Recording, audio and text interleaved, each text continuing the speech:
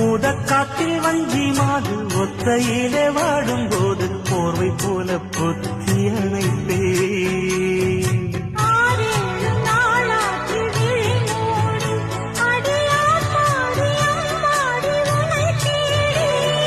நீதானி மானி என் இளஞ்சோடி உனை நீங்காது என்றும் என் உயிர் நாடி